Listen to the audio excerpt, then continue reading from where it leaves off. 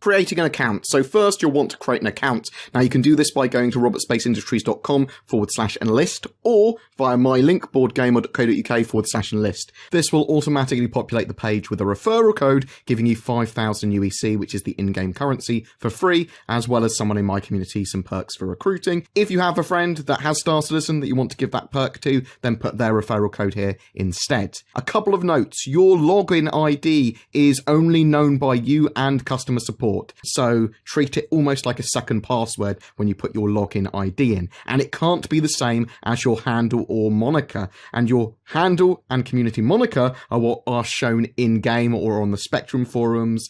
So I suggest you make both your handle and your moniker the same, but your login ID something you'll remember, but different to those two. A game package. So you'll actually need a game package, which are $45. After you've enlisted, click on play or fly now to get to the ship package page. And you have some choices here. You can have an Aurora MR or a Mustang Alpha. Now I say some choices, both packages are $45, but the Mustang Alpha for me is a clear winner. It's getting a rework, so it's getting updated with the latest kind of looks and some changes and some modelling rework at the moment. It's worth $5 more as well if you decided to upgrade it later, and you can do most of the things that you could do with the Aurora MR. It can't equip missiles though, but the ship is faster and doesn't look like a brick, which for me is just better. There are a few other game packages available too, but you can upgrade your ship later if you wanted to, though everything will be available in-game, so you don't have to spend any other real money other than buying a game package to start with. If you are looking for a small upgrade though, I do recommend the $20 extra to grab a Avenger Titan from a Mustang Alpha.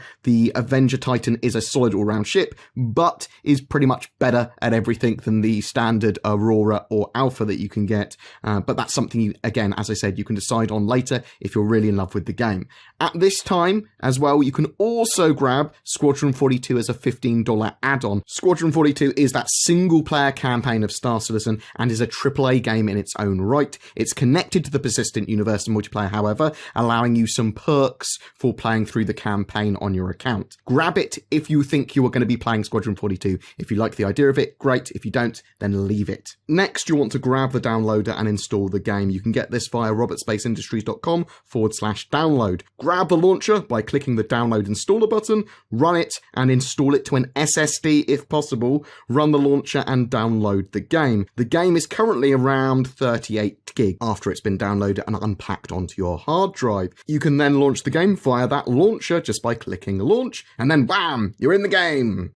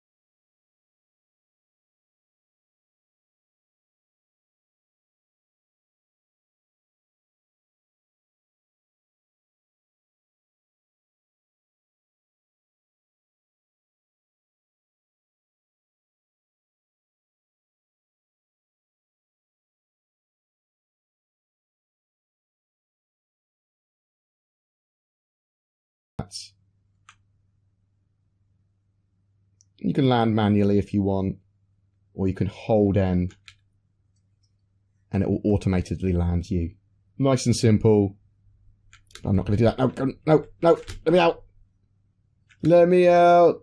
So the idea there is if I left my ship, it would put it back into storage there, and because ships are persistent, I can only buy and sell cargo and commodities on ships that are actually persistent at that location. So if I was at Grimhex but didn't have my Cutlass Black with me, I couldn't buy cargo for the Cutlass Black, nor could I sell it there.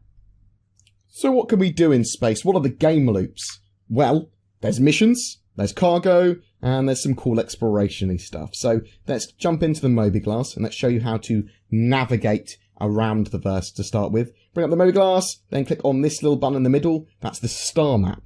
So some ships have a star map that you can literally use by holding F and then fiddling around with, or you can just open it up on your Mobiglass instead. And what you do is you can mouse wheel out while in the Mobiglass, and you can select your destination. Now, we're at Port Olisar currently. We can select a destination. We do need to have a clear line of sight to it, otherwise we'll have to go to another destination first. And once we're at the major, like, planetary or moon or astral body at a location, we can then go to some sub-locations. And you'll notice, like, when you have a mission, there may be a point targeted around Daymar, but not Daymar itself. So if we go into Daymar, we can see that there's Kovalex shipping hub that we can then go to. But it's recommended, as you can see here, there's a red line, that we'd have to go to Daymar first and then to Kovalex mission hub. So let's go ahead and go to Daymar. Click on Daymar and then we click set destination. Simple as that. Then we can actually see the destination appear in front of us, and then we'd hover over it and then hold B. Now activate our quantum drive. We do need quantum fuel, so just bear that in mind. So that's one of the reasons you'd want to go and refuel your ship at a Cry Astro service.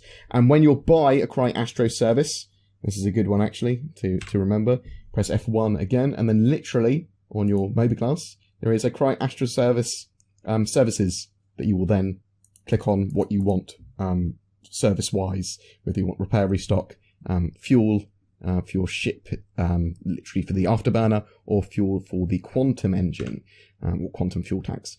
Now, as we can see here, we're at a little moon. We're at Daymar. We can see these little points around it, these OM points. Now, these are little markers allowing you, orbital markers in fact, to quickly traverse around the moon. So I can quantum travel to these points if I wish to get a better position to move around. So let's go to one of them actually. Let's go to OM4. So this allows me to position myself around the moon a lot better. We'll have access to all of the facilities marked on our HUD as well. Now these facilities, there's a couple of them, like the mining facilities typically have landing pads where you can spawn vehicles. So you could take your ship there, you can spawn a vehicle, park that vehicle inside your ship if you wanted to, or just use that vehicle to drive around the planets. The emergency shelters are very bare bones. They're just literally just a little tiny outpost. But with all of these, there's a potential that there could be a mission there. So let's show you exactly what a mission is, and how to accept them, how to get them. And let's bring up the contract manager, which is the top left Mobiglass icon. Literally a little contract there. Eventually, these will allow you to do contracts for players and stuff as well. But there's general ones and there's personal ones. So personal ones are more just for your character. Other people might be doing similar missions or the same mission, but they can't really affect you in the same way as they can't prevent you from taking the mission in the first place. General missions are missions that are dynamically happening. So if a comm array gets turned off and they need to be turned back on, then you'll get an alert here. And you can take one of these missions. Once you take and complete a certain amount of missions, basically you'll generate reputation, you will then get offered missions from Miles Eckhart and Ruto, also known as the Mission Givers, and they will guide you with HUD and locations and HUD markers to exactly where they are so that you can talk to them. So don't worry about finding them. Once you have enough rep to talk to them and they offer you a mission, they will show you exactly where to go.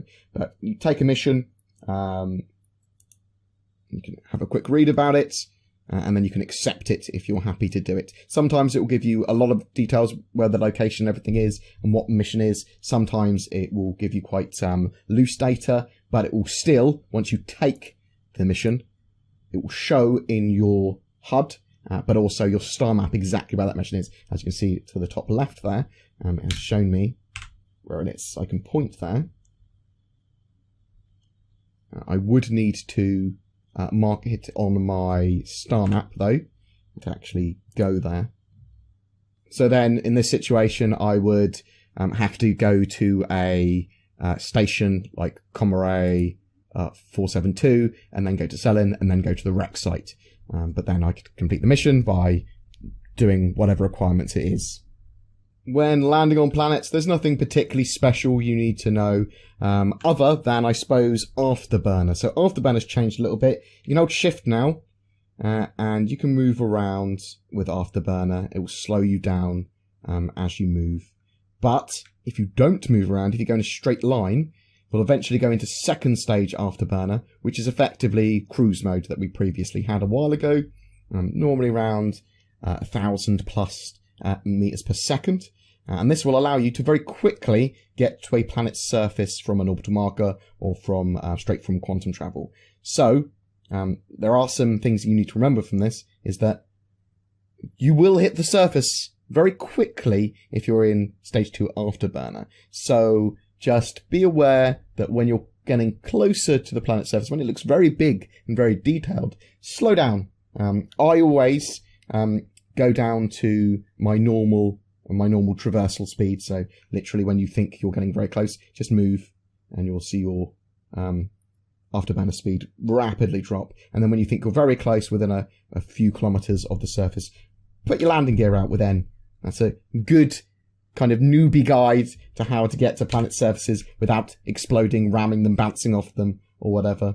But you don't need to really worry about anything more than that when it comes to planet surface. Obviously, there is day-night cycles. They are real, effectively. So there's admin desks, and there are also these commodity kiosks that you will find in Levski, Port Olisar, and Grimhex, and eventually more locations as well. Now, these admin desks, you will basically bring a mission crate. So some missions will be bring this crate from here to these admin desks. You'll literally deliver it to them there, chat to the dude, and then you'll get your reward for your mission. You can also buy and sell commodities. Now, if you go to trading and shipping here, and then hold F again, left click, you can select one of your ships that's at the location you are at. So I could, for my Caterpillar, for example, fill it full of whatever commodities here that they are selling. Also, I could sell any commodities that my Caterpillar had on board. Again, click on sell, select a ship that has a commodity on board, and then sell that commodity. For the Caterpillar, I could go, oh, let's buy a load of, well, waste's free apparently. They want to get rid of it, that's why. But you could buy loads of quartz and hopefully sell it somewhere else for a higher price. I do suggest that you go to the other locations first to see what is a good deal. Go have a look at Levski, go have a look at Grimhex, and work out what commodities are going to be worth your while transporting from one place to another. Now, these commodities literally will appear, spawn in your hull once you purchase them. So you literally drag this little bar across and then purchase, and then crates will spawn in that ship. If you lose that ship, if that ship explodes, if you log off with it randomly in the verse, then that cargo will effectively be lost. So bear that in mind. Also, when you die with cargo in your belly, that cargo will erupt from you. So pirates will want to go after cargo ships to blow them up and then steal their delicious, delicious cargo-y loot. It's good to remember, though, that not everything is going to be sellable at every location. They're only going to buy certain things. There's also Dumpers Depot, and obviously there's Garage Defence and all those other shops as well, Kasaba Outlet. Dumpers Depot is the new one, really, though, because you can now buy ship components and weapons. So you can go in here, and I can have a look by holding F to buy anything, and I can click on buy to have a better look at it. It tells me exactly what this component is and what it does, including giving me a little bit of the stats from it as well. It tells me it's military, which normally means it's pretty good, and I can purchase it if I want to, and then I can equip it on my ship. Now, how do you do that? Well, if you press F1 on the Mobiglass, you will see a Personal Manager app and a Vehicle Manager app, the PMA and the VMA. So the Personal Manager app allows you effectively to put equipment on your character. So you can click on armor here, and then every individual part of your body or slot on your body is available to put something on. So I'm at live fire weapons. I'm going to grab this bad boy, bit of an SMG, purchase it. Probably want to purchase some ammo as well. That's always the smart move. That's for the shotgun. That, I believe, is for the Custodian, which is the SMG I just bought. Let's purchase that. Exit. You do have to purchase items one at a time at the moment, which is annoying, but as I said, it's the PTU, lots and lots of stuff that they're still going to improve upon. Now I can click on the Personal Manager app, I can open weapons, click on primary, I can click on that Custodian, and that will have equipped it now, but it hasn't saved it yet. You can do all your equipping and you can do all your stuff there, so I also want to make sure that I've equipped a magazine for it, and then I can save equipment. And I can press F1, get out the Mobiglass, press F4 to go into third person mode, and I can see that Custodian SMG on my back. Now, again, in a very similar way, I can also customize my vehicles by clicking on this little ship icon, which is the VMA, the Vehicle Manager app. And I can go to, let's go to the Caterpillar again. See, my Catalyst Black is lost in space because I didn't dock correctly. And then I can literally go through all of the mounts and weapons on my ship and change them to whatever I want, as long as I have those other weapons in storage somewhere. So I can change the weapons or the systems or whatever I want here. So mess around with that, and once you're ready, click on Save Changes and Equip, and that will save, hopefully, the changes to your ship. Press F1 again to get out of the menu. Now, VMA, PMA, stuff like that, and lots of the other systems, they are still buggy, so please bear that in mind. Stamina and oxygen is in, so you do have oxygen, which will eventually deplete. You can see your heart rate at the bottom left, and you can also see tank. Now, your heart rate affects how quickly you consume oxygen. So if you press F1, you can see exactly how much time remaining you have in your oxygen tank. If you go to an area that has plentiful oxygen, then your tank will go to the max amount that it can have. It will basically allow oxygen into the tank.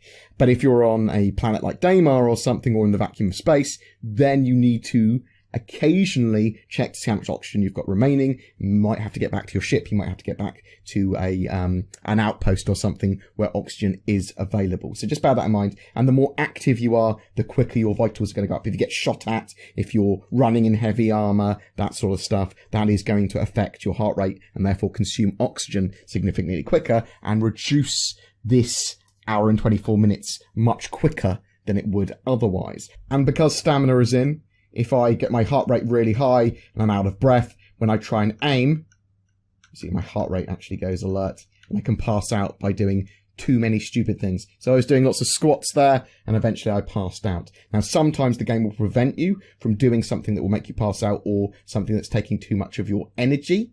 So, like if I was trying to vault over something or jump over something, it would go, nope, I'm not going to do that. My heart rate's too high. I'm out of air. I don't want to do that. You'll have to rest for a second. But if you rest, your heart rate will go back down, which is good. But if I tried to aim a gun, or if I tried to do something, I might not be particularly effective at it. There's going to be lots more kickback on my gun. It's going to be much harder to aim when my vitals are too high and I'm out of breath. Remember as well, this is the PTU. It doesn't matter if you die, really. It doesn't matter if you lose your ships. You can just always claim them back. It is for testing. Mess around. Work stuff out, try and bug things out, ram things, be a bit silly. There is going to be turrets at some of these outposts. They get enabled and disabled occasionally, which will automatically shoot at troublemakers. Try not to troll anyone, try not to ram them on landing pads, because, you know, that's a dick move. There are also random encounters that can occur while you're in quantum travel. Basically, quantum disruption is now a thing, and NPCs can effectively pull you out when you are trying to mind your own business and do a mission objective, or just travelling back to Port Olisar, pretty much at any time. So you get pulled out, you'll have to fight them, or get away, or move away from the area, and then go back into quantum travel. That just adds a bit of spice to the game, so just bear in mind that that does happen now. I hope that tutorial was informative and helped you get started. There are additional tutorials that are official on the Star Citzen webpage. I will put them down in the comments and the description there too. Also, if you're looking for ways to increase performance and other troubleshooting help and that sort of stuff, because Star Citzen is an alpha and can be quite buggy, I'll put lots of links to troubleshooting and performance guides and all that sort of jazz down below as well. Make sure you get involved with Spectrum, which is basically Robert Space Industries and Star Citzen's forums. They allow you to give feedback on the game and get involved with the development of the game. That is what we are supposed to be doing while playing the alpha at the moment. It is not a sit down and play game that you play with your friends really, but more of a project that you're helping kind of guide. Expect something more akin to a beta, something that you would be able to play with a load of people really easily, sort of mid 2020 sort of time is a realistic time frame for this game to be a sit down and play fun game. If you have any other questions, please feel free to drop them in the comments below. Like and subscribe, as well as look through my channel if you'd like to see more Star Citzen videos. They are jam-packed on there. And for those of you so inclined, there are other ways to support the channel, including Patreon and donations. Again, links below. Thank you for watching, and I'll see you in the verse.